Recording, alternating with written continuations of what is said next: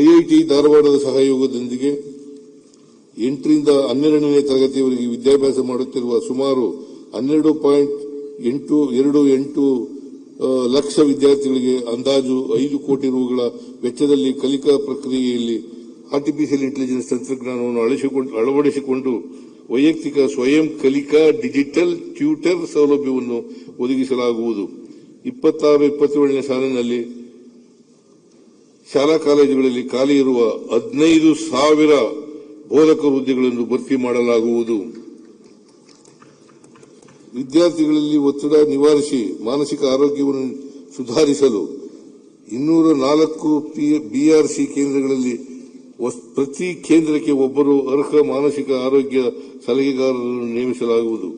ವಿಜಯಪುರದ ಸೈನಿಕ ಶಾಲೆಯ ಹಾಸ್ಟೆಲ್ ಕಟ್ಟಡಗಳನ್ನು ಹಂತ ಹಂತವಾಗಿ ಪುನರ್ನಿರ್ಮಿಸಲು ಪ್ರಸಕ್ತ ಸಾಲಿನಲ್ಲಿ 10 ಕೋಟಿ ರೂಗಳನ್ನು ಒದಗಿಸಲಾಗುವುದು.